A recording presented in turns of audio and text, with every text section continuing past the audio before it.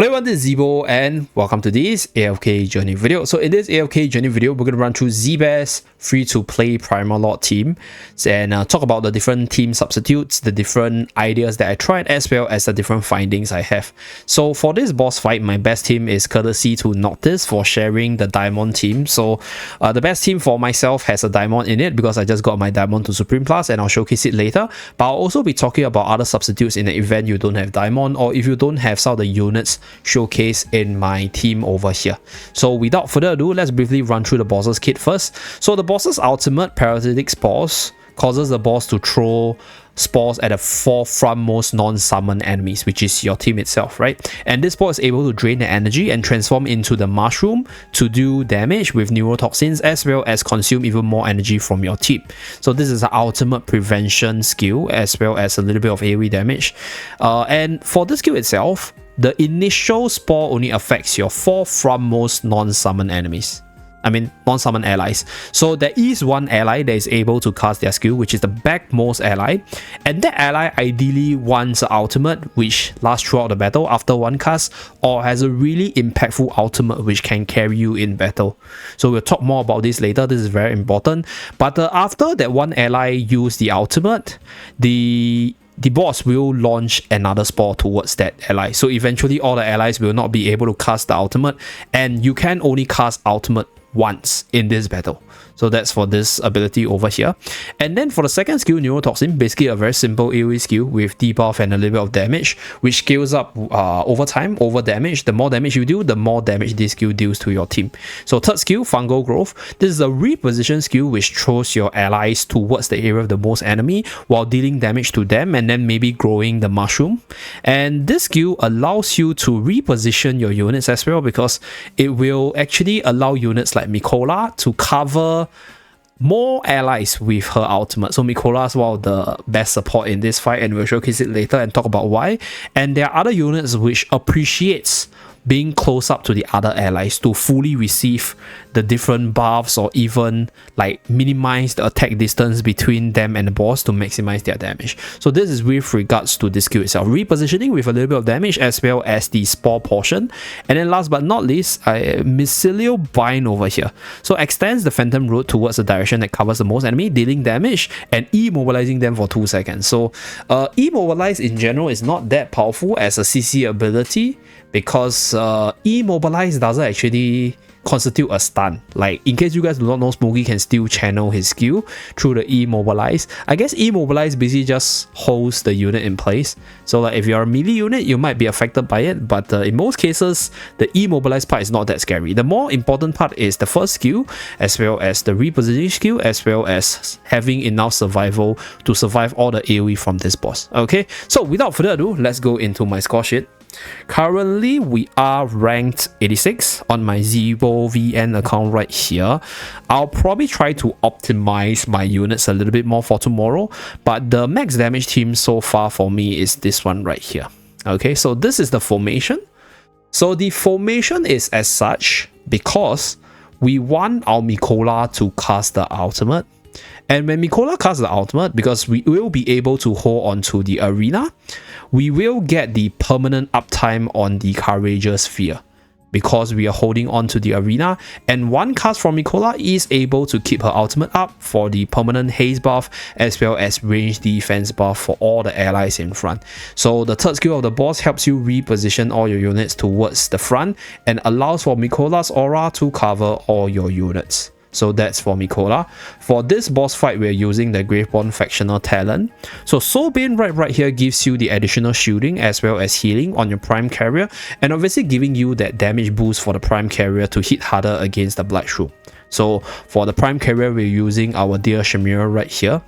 So I think there's another team with Valka, which does more damage, but my Valka on this account is not very built up, as you guys can see right here. So it's close. It's close. I think Valka team is definitely better.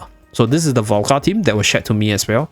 So you guys can try this in case you have your Valka built up, but my Valka got resetted on this account, so a lot weaker and it's not the best damage right here, as you guys can see. So what Valka does for the team is obviously a lot of true damage once you have her built up, and more importantly the buffing of attack speed with Spectral Bulwark, and also the ability to still use her skills or her ultimate because she's not reliant on energy. So that's for Valka.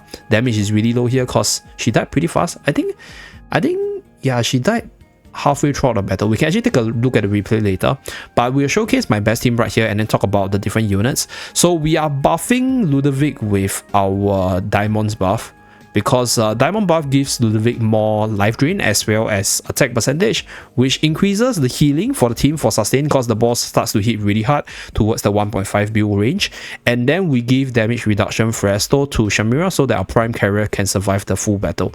Energy regen to Mikola so that Mikola is able to get the ultimate online as soon as possible for the good haste buff and range defense buff. So Ludovic RNG as well as the throwing RNG might actually affect our final damage, because Ludovic is a key damage source, as you guys can see right here, and the heal on the correct unit at the correct time is also essential to survive the full duration. So this team is also incidentally the strongest team pre-charms. So I do have some charms here, but pre-charms this team is still the strongest because Mikola buffing to Fresto for maximum damage is just really sick, and then Shamira, even though she's not able to cast her ultimate, still deals a lot of damage with the Ghastly Tribute, and she also has a synergy with Diamond over here, which deals true damage as well as shield the ally with the bond itself and also his skill. So this will give you that like explosion Ghastly Tribute goals for this skill over here. So that's with regards to Shamira, pretty decent stuff. Because we don't have Valka, Shamira is our best choice right here. Then our Diamond right here being a damage dealer. So Diamond's damage comes from the second skill because you're not able to use the ultimate. The second skill is also able to generate a shield, and you're also able to buff up one ally with Body Barrier right here. So we are choosing Ludovic to ensure that our healer stays alive throughout and then heal up our whole team.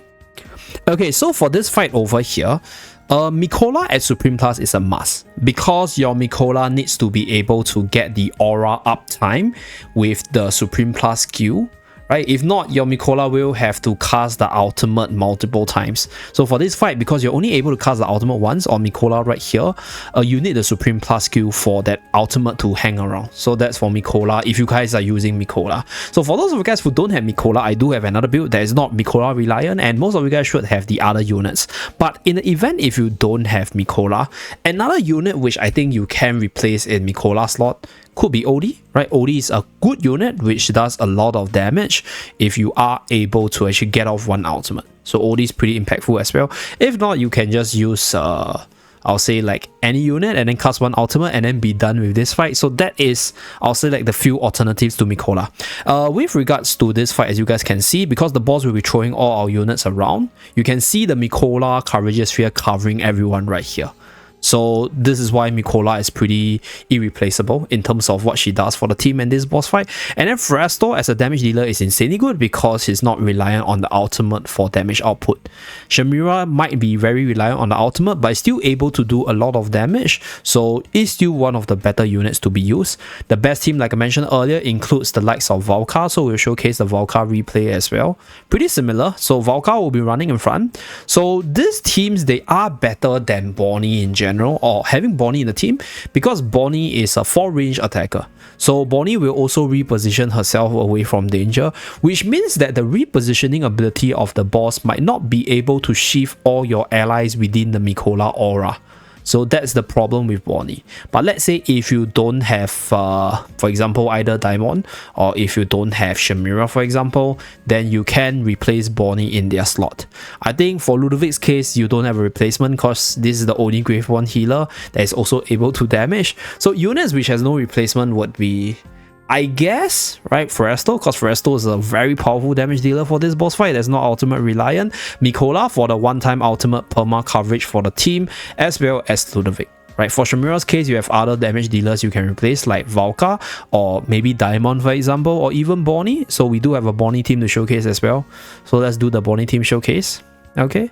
So this is the Bonnie team showcase. So this is the same comparison I did previously on a Daimon video. One copy Daimon is already good enough to be used for this boss fight because he's relatively tanky, and then the buff that Daimon's able to provide for your carry is quite substantial. So let's say if you don't have Shamira, you can replace it with Bonnie, right? But for Daimon's case, I would strongly recommend you to at least pull for one copy. I think it works perfectly fine at one copy right here, as you guys can see. So this is one unit that I tried. Okay, so same team. And then this is the Bonnie team. Okay. So Bonnie will be always very far, and for this fight, right, Ludovic will not be shifted into the radius of Mikola's ultimate.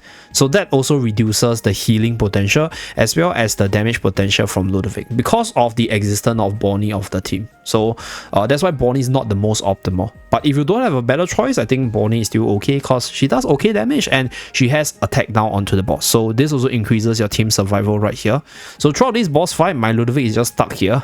And then yeah, even though he's able to still heal and do damage, but it'll be much better if Ludovic is within the aura. So that's for Ludovic over here. Okay, now for those of you guys who have neither the Gravebonds nor Mikola, there is another team you can try. So this is the OD team with Light Bearer. So the thing about OD as a carry, I think OD is insanely powerful. Like throw out one poison and then you just build up a lot of damage with the third skill onto the poison boss. So OD only needs to cast the ultimate once. So that's why I mentioned earlier, you can replace OD for Mikola in case your Mikola is not at the Supreme Plus and you're not planning to upgrade her, right? But for the OD team in general, OD is the best with the Light Bearer Factional Talent, Cleansing Arrow, with the attack speed buff as well as the additional damage from the normal attacks. Because OD is pretty reliant on the normal attack. But the rest of the other Light Bearers are really weak. Look at the numbers over here. So this team, OD is very good on the damage, but if you compare it to the Gravebond side, even before Daimon, we already lose 200 mil. So it's not the best option, to be really honest, because Light Bearers, all of them, Sinbad, Cassidy, right, their damage output are really bad. So like no matter who you substitute, you're just not going to get like better damage with the Light Bearers.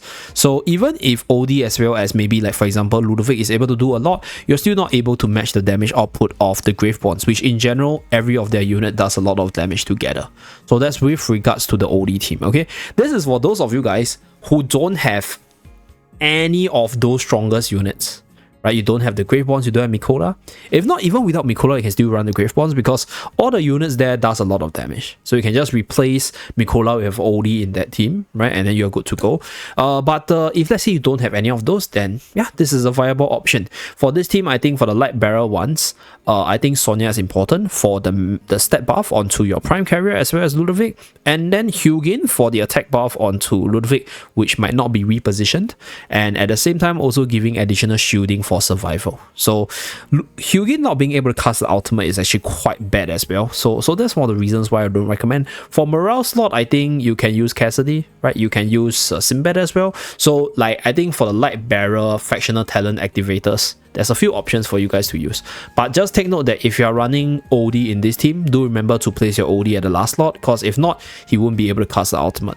Okay, and then I also tried OD in the Gravebond team right here, but I think OD's I'll say synergy with the Gravebond Factional Talent is just not very good. So like this is a very defensive one, which is good for your Prime Carrier to just do damage and survive, but OD wants that buff from the Light Bearer Factional Talent to maximize the damage. So if you want to use OD, number one, either you use him as a secondary carry in the Gravebond team over Mikola, for example, or you use him in the Light Bearer team right here.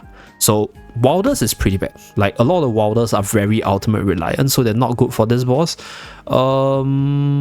I think Celestial Hypogean has Reina as well as Twins, which are okay, and Fresno is pretty good as a damage dealer. So I tried this. This is one of the earliest iteration for the team. So this is for those of you guys who are into the Celestial Hypogean thing.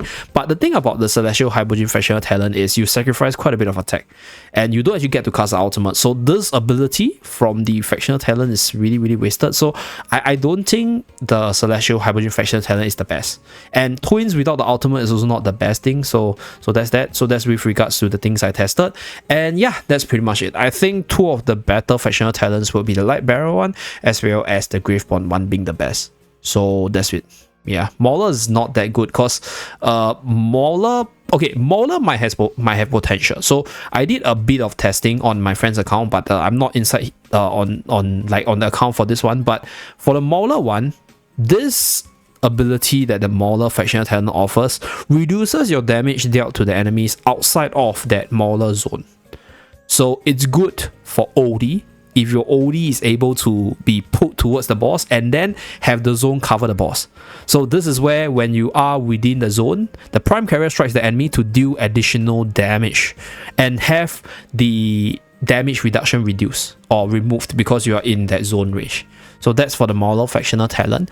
And yeah, that's pretty much it for this video. Just a simple showcase of my best free-to-play teams on my VN account, and the few substitutes and ideas that you guys can use for your own account. Let me know what are other combos you might have discovered, and I'll see you guys again in my next video.